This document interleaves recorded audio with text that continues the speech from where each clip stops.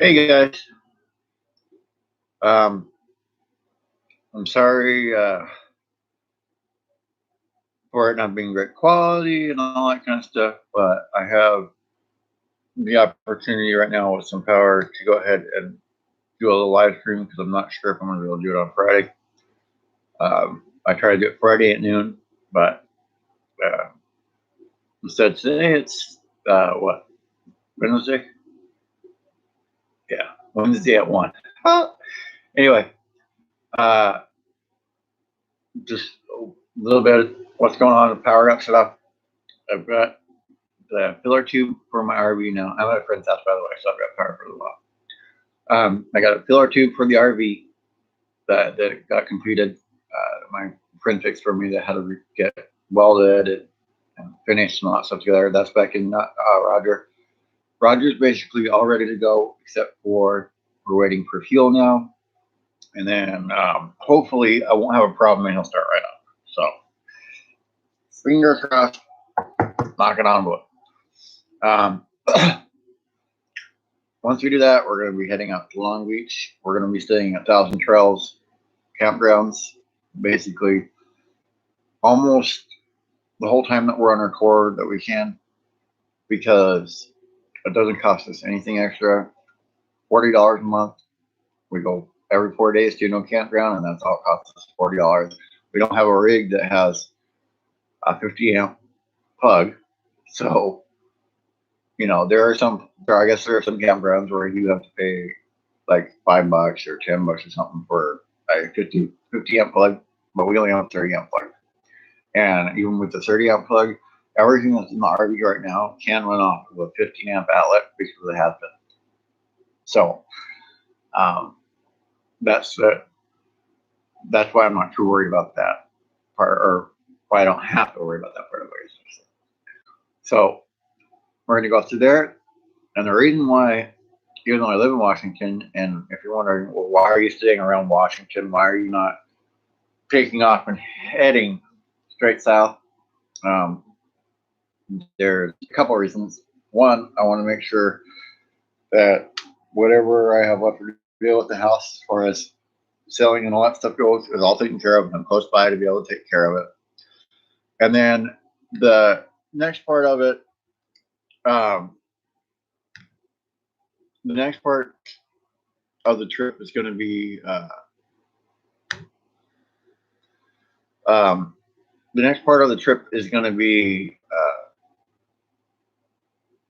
down south through Oregon. We're going to try to stay on the coast. I might have to pop over I-5 here and there, but then we're going to take and go through Thousand Trails in California down to about Bakersfield, and then I'm going to cut over and go east from Bakersfield through Vegas and Arizona. I want to go see the Hoover Dam. I never did that when I was driving a truck. I started driving a truck after 9/11, so that a lot of areas where you used to be able to drive a truck and see things, you couldn't, and I actually had to go miles around, sometimes an hour around what used to be a path, like Golden Gate Bridge. I never even got close enough to see that because you can't go over that with a truck. So there's a lot of stuff that I want to see on my way down there, and I've been through LA enough, and there's nothing really in LA that I would consider mandatory to see. And what I mean by that is there's a bunch of famous places that are there, but you probably get a better view of them on TV, to be honest with you. And most of LA, if you have been around any big metropolis area and a big freeway, just imagine that, but side by side with 5 others the same size, and you're all going nowhere at the same time. And that was when I was there years ago. So it's not gotten any better as far as the amount of people and traffic. So we'll be going around LA through Bakersfield. Now, when I come back, depending on the direction we come back, we may go down through San Diego and go up the Pacific Coast Highway from there, but we'll see. But then it's going to be over through Vegas. There's 1,000 Trails in Vegas. We're staying there. And then there's 1,000 Trails in Arizona and New Mexico. And down into Texas. And so we're going to go down into Texas. We're going to go all the way down south to South Padre Island, Texas. From what I've seen, there is a shoot, what I call it.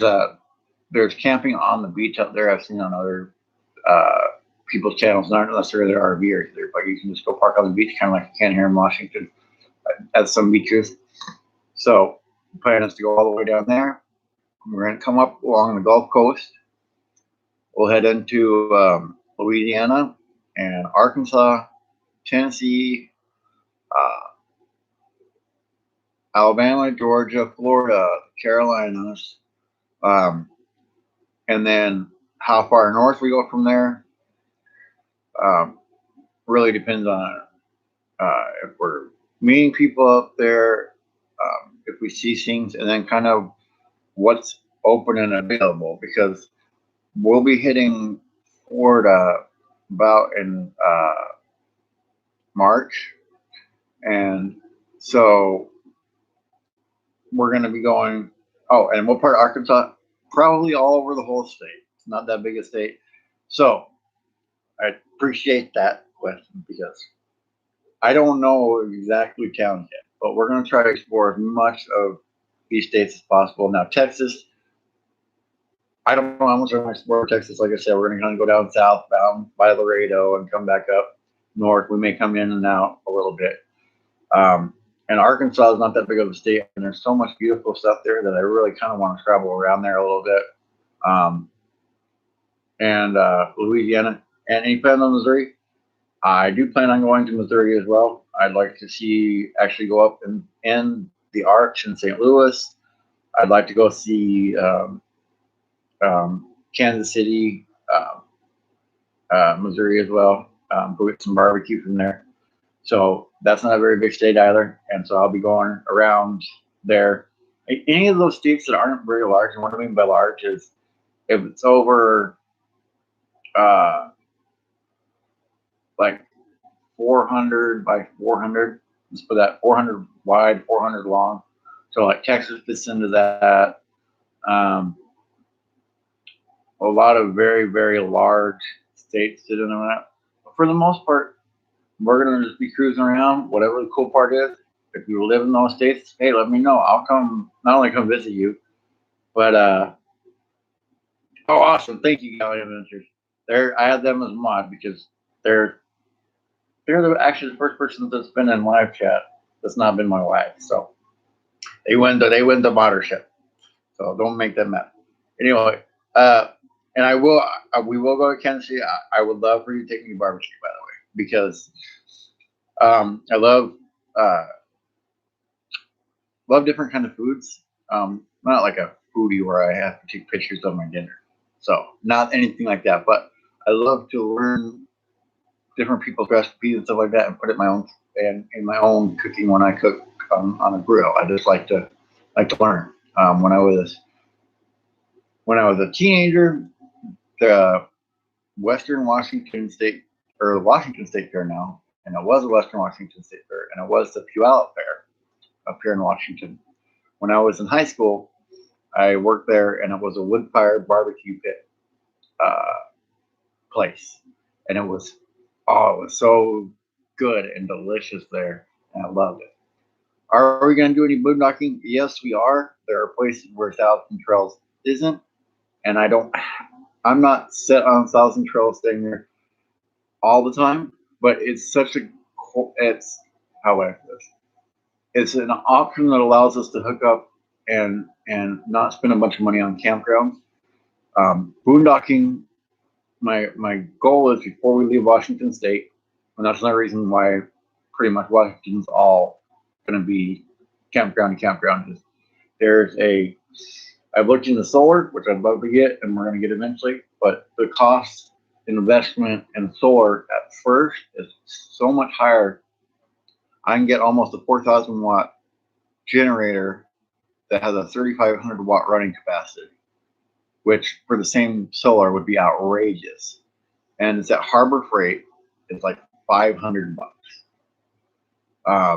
Now it's an open frame generator, so it's going to make a lot of noise. So it's basically going to be used when we're going between campgrounds at first, and then if we're out like moondocking away from people. But I found a company, and they're not sponsoring me. I'm not getting this for free. I'll be buying this, but it's $1,000, and it's called Zombie Box.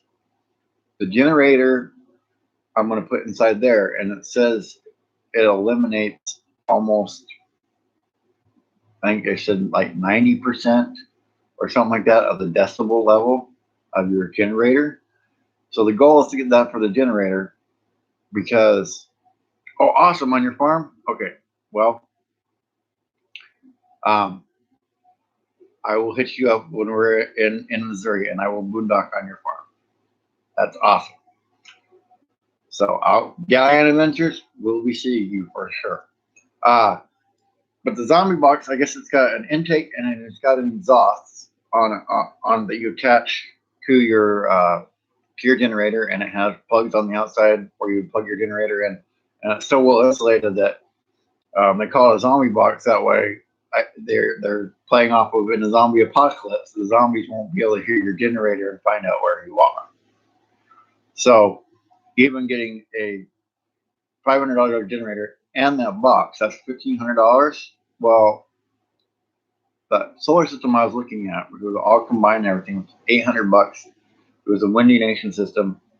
Probably not the best system in the world.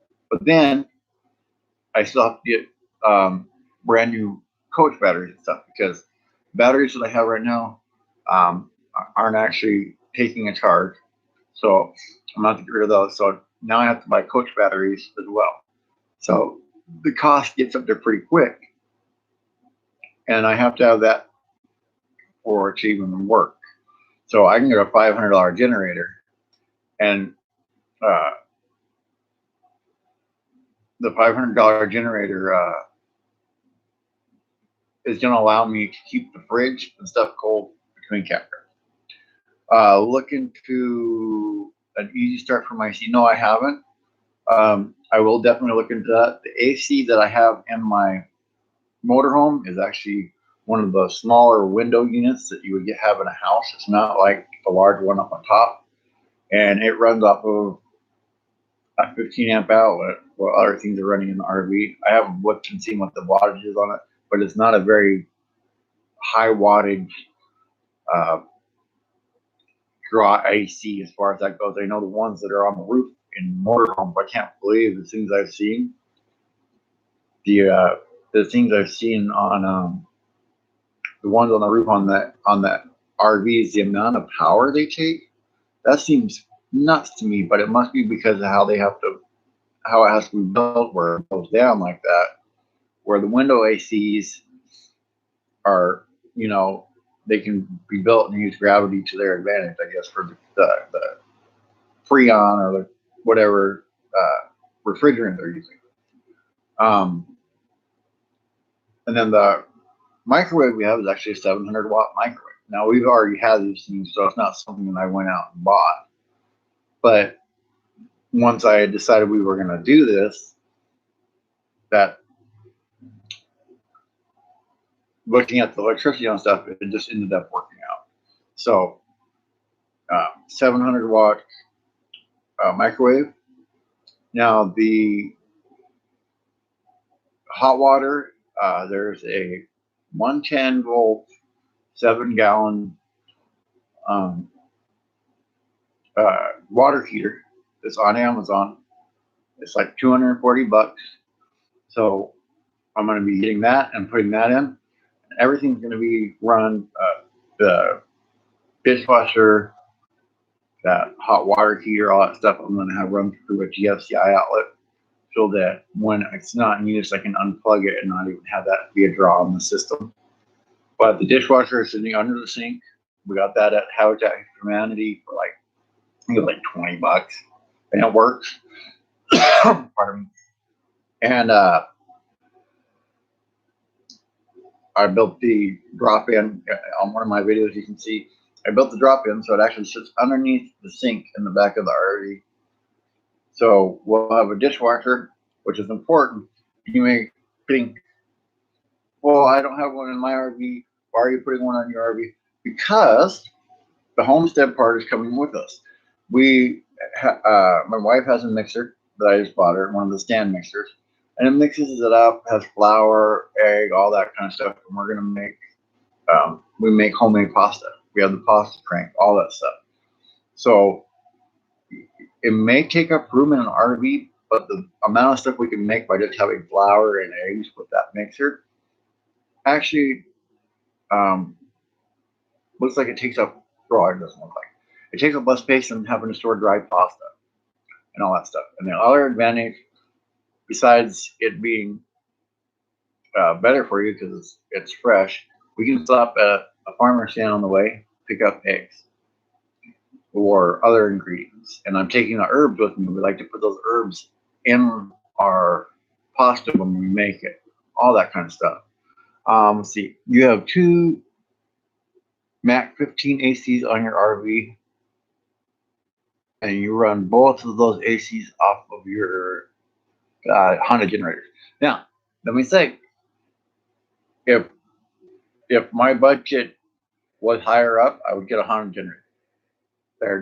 That's the best generator you can buy. I'm getting the Predator one, and if it lasts us a year, 2 years, or whatever, that's great, and I can get a Honda one after that. So, but with the Aegistar, you can run it off there. That's good to know. So, I only need the one AC in mine because mine's a 23-foot RV. It's all open inside right now. There's going to be a wall eventually around where the bathtub's at, but it'll just be on the one side. The other side's going to have the open studs, and have shelves on those. So basically, any amount of space that I can get in this RV while I'm building it, any extra little cubbies, I'm putting into it. But it's just me, my wife, the puppies, and then our 4 guinea pigs. So I'm building this to the fact that there's only 2 adults in it. I don't need to sleep extra people, all that kind of stuff. So if you're looking at how I'm building mine, I'm building it for the couple to live in, but some of the stuff I'm putting in there, you can definitely use in RV. If you're rebuilding it, if you want to do it for a family, like if I was doing a family, I'd probably put a set of 3 or 4 bunk beds and just have a shower stall. My wife really wants the bathtub. Honestly, the bathtub that we got in Roger right now is better than the bathtub we have in our house. It's basically 70, I think it's a 72-inch tub. You can sit in it, soak in it, and that's one thing my wife really wanted. And you know what? That's fine with me. I'm willing to put a bathtub in there for her. She's done so much for me and all that kind of stuff that having a place for her to go sit and soak and relax for a while is nice. Now it'll have a shower head over the top, and since oh, thank you. I honestly, guy,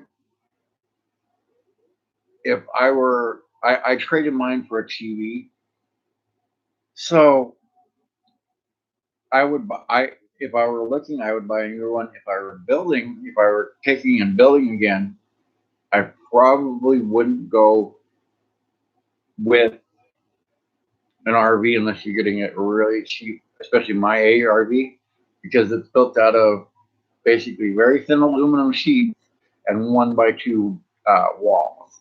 So I'm adding stuff to it. It's going to be a lot structurally stronger than when it came from the factory. I mean, there's already 2x4s running across the roof with another roof over the top of that. Because instead of messing with it raining, I just took some galvanized roofing panels and I put some 2x4s down. That way, in case anything I ever want to mount to the roof, I can hook to those and build a frame up over the roof, so there actually won't be holes going down into the roof itself. It'll be sitting on their own 2x4 pressure treated 2x4 or 2x6 frame that I put up there. But if I had a choice between buying, like, I only took Roger as far as I did, honestly, because it had that much damage, water damage. If it didn't have that much water damage, it might still almost be completely together. If I were going to go and build one from the amount that I had to take out of this, if I were building a new one again, I would probably look into getting a used box truck. Like I used U-Haul, I used like Ryder truck, something like that. The reason being is the structure of the box is a lot stronger because that's all there is the box. So that structure is a lot stronger and more heavy duty than an RV is. So I would go with that. The other reason being is U-Haul, all those guys, you may go, well, there's all these miles on it. Yes, there is. And you're basically getting a discount because of that. We have to realize for most of these companies, especially nowadays, unlike back in early 90s, in the 80s, these companies pay to have companies service their vehicles. Either they have people come out and service them at their lots or whatever. They don't rely on necessarily the U-Haul dealers to maintain them, all that kind of stuff. And so they do that to maintain their fleet. And it's the same as buying a rental car these days. I mean, you can buy a car from a private person, but that private person may have not done any maintenance on it. They may have not ever done what they're supposed to do on it. So, yeah, it's a rental car or a rental RV or a U-Haul truck. Maybe it got beat on, maybe, but it's been, it's been uh, taken care of. Oh, you did 1,000 trails because you haul your quads. Now, let me explain the reason why. And I looked into this for about a month before we got our 1,000 trails because of Roger's age. He's in 1979. And for those that don't know, there are some parks out there that if it's over a certain age, you can't go in. Or if you have certain things like you were saying, they haul their quads. There are some RV parks that are fancy and snooty, and they don't want you pulling your muddy or quads in, all that kind of stuff. So I needed a place that I knew I could go to that was gonna allow me in with my age of RV and wasn't gonna basically look down my. I want to say look down your nose. That's probably not the right term, but oh, you don't have 1,000 trails. Okay, you're travel trailer. Okay, um, travel trailer. I've been in those before, and the travel trailers. Um, so how do you haul your? I'm curious actually now, John. How do you haul your quads? Um, do you have a? Are you doing double trailers then? Do you have a trailer behind there, or do you have your quads in your pickup that you haul around? That's what I'm curious about. Because they do make trailers that have a fold down back for those that don't know, and you can ride quads. You can park stuff inside the trailer. My neighbor actually has one where we live right now. So, but that's why I went with 1,000 Trails is because now they have other parks like Encore parks and other parks that have different rules. Excuse me, but the 1,000 Trails they they don't have an age restriction, and that was the biggest key for me. And then also the cost of it. Right now, we're doing the camping pass, which if you go every 4 days, it's $40 a month. So if you move every 4 days to another campground, all you pay is $40 a month. So that's why. Oh, awesome, awesome. So if you're not reading the chat or whatever, Galleon made a plate on the bed of their truck, and then they put the quads up there, which is awesome. And maybe when I'm out there, Galleon, you can take me. We'll go see something about getting a moped or something for the back of Roger. So you can take me. I don't know much about bikes and all that kind of stuff, so I could really use some help on what's a good quality one, what's a good one to buy. So I was also thinking about Razor too, all behind Roger, which would be kind of fun. Like a little side by side. So I want to get a moped or whatever for the back of Roger. just so that when we get to a campground, I can kind of cruise up. Roger's not so big where if we wanted to, we couldn't take him to town and visit things.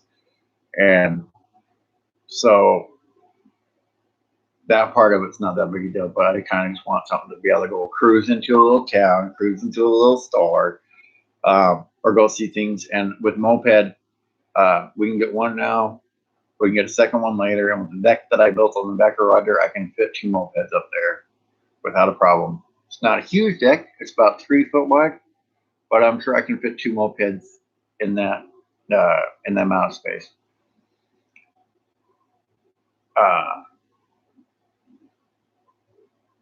So October 1st, we may leave here. We're going to try to go to Lake Sylvia State Park, which is kind of, you can choose to boondock there.